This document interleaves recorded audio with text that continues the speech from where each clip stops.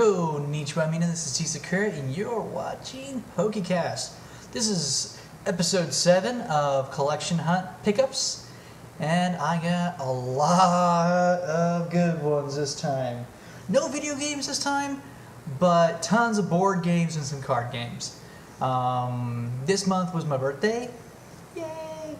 And I saved up a little bit of money and was able to go and really search for some board games that I, just what you normally do. Go out, ooh, this looks good. I like this one. Ooh, it's shiny. Things like that too. Or, I like playing board games. I like collecting board games, and I'm happy to say a lot of these are complete. There are unfortunately some of them that are not complete, but not incomplete to where I can't play them. So that's not too bad. And so that's what's gonna make this really fun. Plus, I also got a couple more Uno pieces to my collection of Uno, which makes me very excited. Can't wait to share the final one, which is probably the best pickup on the Uno that I've actually had. So I'm really excited for that. Okay, now I got a gazillion games, like I said. All right, so starting off, I'll start off with all the ones I bought earlier in the month, and then I'll go and finish off with today's pickups. I just did today, and yeah, let's go. Okay, the first one I was able to pick up, this is Rubik's Magic strategy game. This one right here is it's a game from Rubik's, and I'm really happy. This is by Matchbox, believe it or not. I know. So that's the first big one. Next one is compatibility. This is a game. I actually have not read how to play this one yet, but I saw that there's cards in this, and I guess what you're supposed to do is, when you guys have cards, put them down and decide on if it matches. So if you put babies and zombies together, it doesn't work too well. But of course, it's probably from the 90s, so there's no zombies in there. Alright. Next one, I was actually very happy to get this one. I was able to pick up Scotland Yard. This is one of those games that I know I've heard a lot about. It's supposed to be very hard, but at the same time very fun. And for those who like Clue, this is like the next step up to having fun and enjoying it. So I'm really excited to have this one. And there's a lot of rules in that game, so that one's definitely going to take me a while to learn. But here's my next pickup for Uno. Since it's been a while, I'm pretty sure this is part of the pickup I did earlier this month. Uno! Rummy Up! And of course, this is the Dummy Rummy version of Uno. This one is missing a few pieces, but it's not too dire to where you cannot play the game. I think it's like only 2 or 3 pieces are missing from this one. But I was really excited to get this a part of my collection and make it even better. It's one of the earlier ones. I think this is a 90s edition. It might be 90s or it might be 80s because of what the clothes they're wearing. You just look at the clothes and it's like, oh, that's what year it is. So let's see. Okay, this is 93. I guess if it was 80s, it'd be more stylish clothing.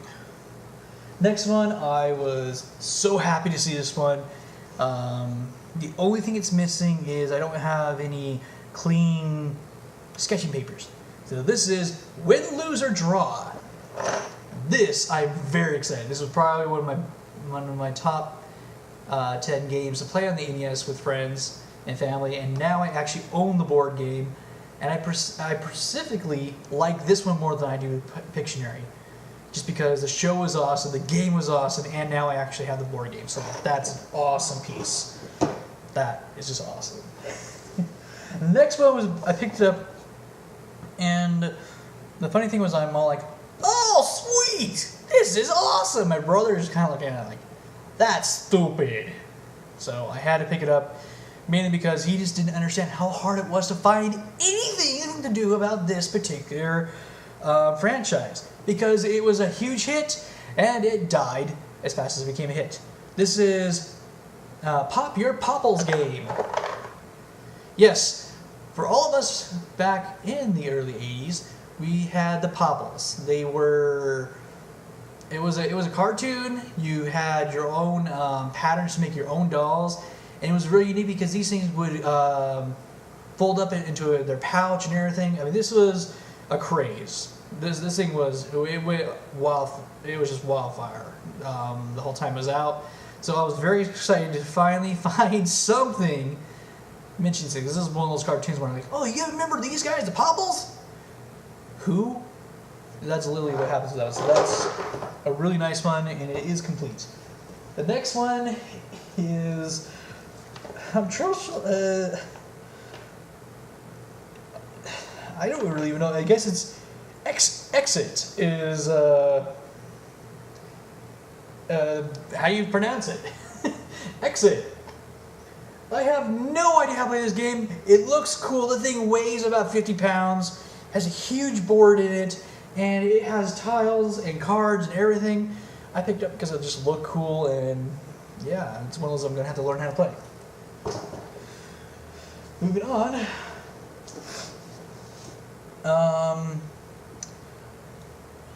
Scriptonize. I think I said I just did not say that right. I know I didn't. Oh well. Comments.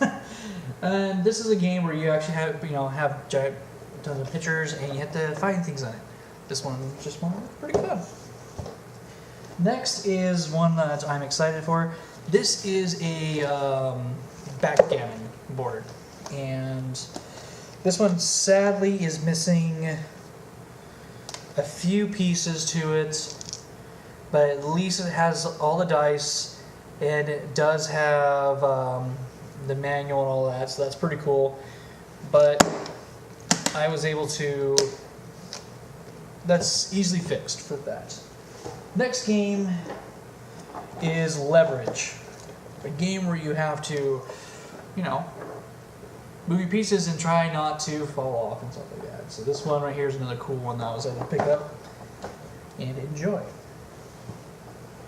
Next game is Rapid Recall. I remember seeing this one on the shelf a lot, never picked it up. Now was able to get a copy for only $6. Not bad at all. Next is Clover in favor. I hate when I try to read names and then sometimes I just can't get it. Endeavor. Sorry. Clover Endeavor. Yes, this one right here. Yes, another thing, I'm just got another name wrong. I'm gonna have a lot of people like, okay, I'm almost at the bottom. Next one, this is the only one that I'm kind of sad about because the board is actually ripped in half. But the game, I actually have all the pieces at least for it. This is a Zap. No idea how to play this game yet. The only other thing I think I'm missing on here is the centerpiece. But a game like this, it's old. This one is from, I believe, the 70s. There is no date anywhere on this one. So I'm going to say, oh, wait, it's right here. Okay, I think it's the 70s. So there's that one. And that's how many games I've actually been stacking these off of the floor. But that's what you do when you have extra money for yourself for your birthday, The next one is Mind Mover 3. It's a word game where you have to spell words. And of course, I can't spell worth anything in English, so that doesn't help at all. But I like collecting these. So these right here are all the games I bought for myself for my birthday, with some money I got and all that. Now, for the final few games, these are the ones I just picked up today because I had a little bit of extra. First one is Zero. This game right here, the whole purpose is, it's kind of like playing Family Feud, but backwards. When a question is asked, okay, what is some of the most popular Mickey Mouse films? You have to answer the smallest ones, and you don't want to finish. You want to be the last one to finish. Next is Screen Challenge. This one was actually sealed when I picked it up over at Goodwill. Just barely opened it. And it was, yeah, I'm excited to have it.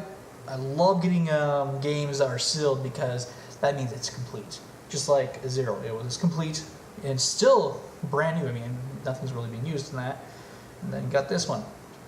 Another fun trivia game with some fun stuff in there. To where it's even like, okay, if you land on this one, all right. Scary movie starting with B. Go! You know, and you have to write down as many of those. I'll hope it doesn't fall over. That would suck. Okay, now here's another backgammon game I was able to pick up. I like the brown better than that gray. This one is honestly missing only 3 tiles, but it comes with everything. Has a complete manual, and because it's only missing 3 white tiles, I don't mind at all because I can take it from the other one. Since I really don't like the gray, I'd rather have this brown, so I can actually bring it over. But it has everything nice, and personally, this is my favorite way to play backgammon. These, you know, nice, beautiful boards. I just really enjoy those. So, after all this, I said that there was a few pieces that I'm really excited for. So, I got a few more. Now, first of all, for 99 cents to add to my Uno collection, I actually have Uno. This is the 1979 edition of the game when they still were using the other cards. Now, I know a lot of people are like, so it's just Uno, but this is what I'm talking about. This is what makes it fun and nice, is that it has the full colored cards on them and not the ones that are actually with a white border around them. And I prefer these cards just because I just like this style, even though I'm an 80s kid, and the 80s ones does have that white border. I prefer these ones just because I think it just adds that to it. And so yeah, that is my Uno game, the 1979 edition of Uno for 99 cents. Woohoo! Now the next one is what makes me really happy. At the same time, I picked up Deluxe Uno, and this is the 1979 edition in the big box. These also, I think this one also had, yeah, this one also has the full color cards. Has a manual and everything. And so this right here, you know, not too bad, getting the year before the next one. But here's the cool part. You know, it was kind of dented out. I'm like, okay, so what's going on? I get in my car. I got lucky, my brother was driving. Okay, I gotta open this. Open it up. And inside it was 2 more complete decks of Uno. So I got both of these in that game. And this one right here is the 1988 edition, which is, I guess the 80s is when they really, you know, like I said, they started doing the border around it. And I'll show you what I mean by the border, just in case, you know, someone has played Uno for a while. They started doing this, to where they put a white border around it. And so I have the 1988 edition, which is really cool, comes with the manual. The other one did not come with it. And then I have the this is 1995 edition. So this is the 1995 edition. So in all, spending about, you know, $5, I got 78, 79, 88, and 95 now. So now I have all these different editions of Uno. They're all complete except for this one doesn't have a manual. And now I get to enjoy playing Uno and actually having different versions of the game from different years. So that's actually something I'm really excited about. And I just like it because it's just something cool just to have. So that right there has been my pickup video. I have a ton of new games that I'm going to be looking into. Also, I wanted to let everybody know, as a kind of an idea I'm throwing out there, I'll be starting a trivia show introducing. My screen's never turned on. I'm going to be doing a game show that will be me reading off trivia from different board games. And what will happen is I'll have them exactly how they are on the card. So if they give you multiple choice, you'll have multiple choice. If they don't, like Trivial Pursuit and other games like to be pure evil, you won't have the option, but you'll be able to see if you can guess them. And the first person to actually gets the answers right in the comments will then be featured as the person getting it right in the next video. And so it's going to be called the Abakashi Trivia Show. And, you know, whatever, it's just a name I just pulled out. And so it's going to be something fun I'm going to be trying to put together and doing every week. And so, yeah, hope you guys have enjoyed this pickup video. These awesome board games and card games. And I hope you guys are looking forward to this new little thing I'll be starting up. So this is T. Sakura saying ciao and sayonara.